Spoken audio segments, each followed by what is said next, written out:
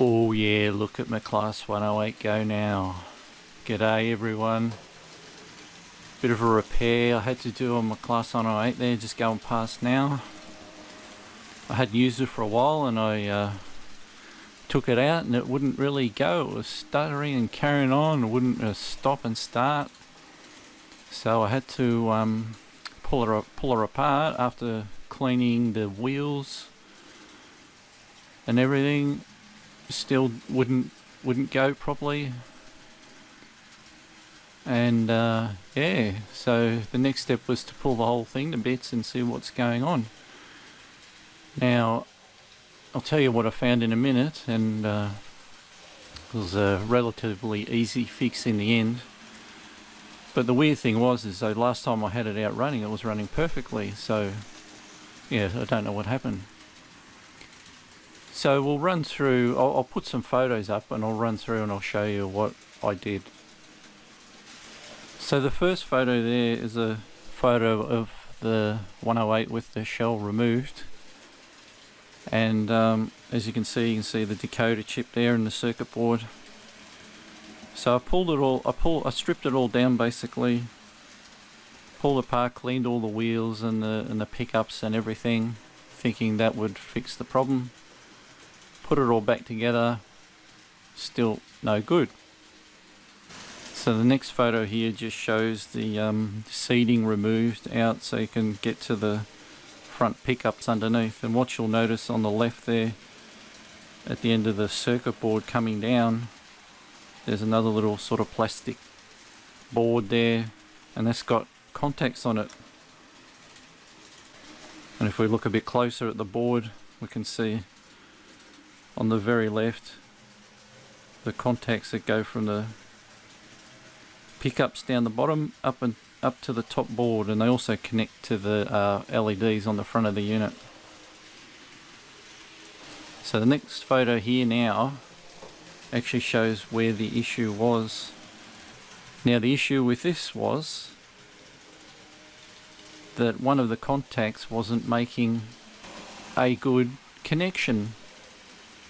Because I was testing with the multimeter and everything, I noticed I think it was the left hand side,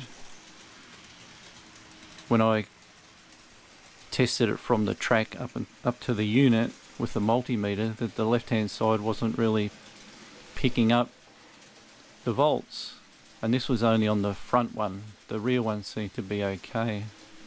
So what I did is I cleaned up those connectors, and because they're just little bent pieces of metal really, and the board just pushes down onto the metal and it just makes like a contact with it.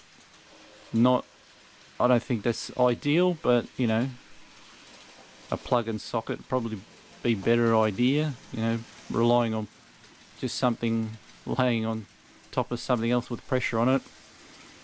But maybe it's only my unit that's had this problem, I don't know, because I had a look on YouTube and I couldn't find any other videos on the problem that I had.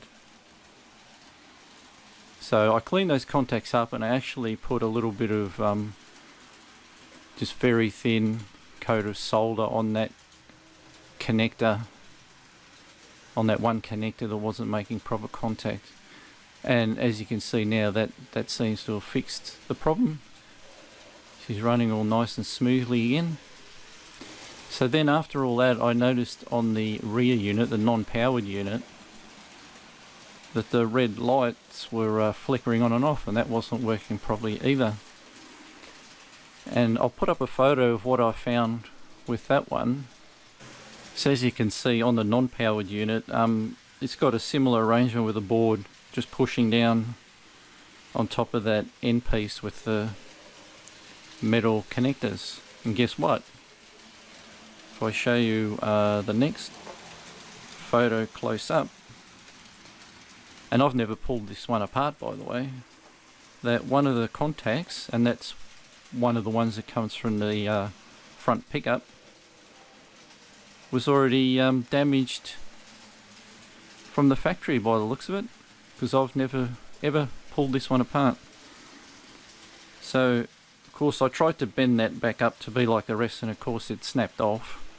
So then I tried to solder a little bit of wire across the gap, and that was a little bit difficult, but it could be done. But in the end I decided to run a separate wire from the top board to that connector on the side there, as you can see on the next photo, and that fixed it to an extent, but still there wasn't enough pressure on that board when it clipped in to make good contact.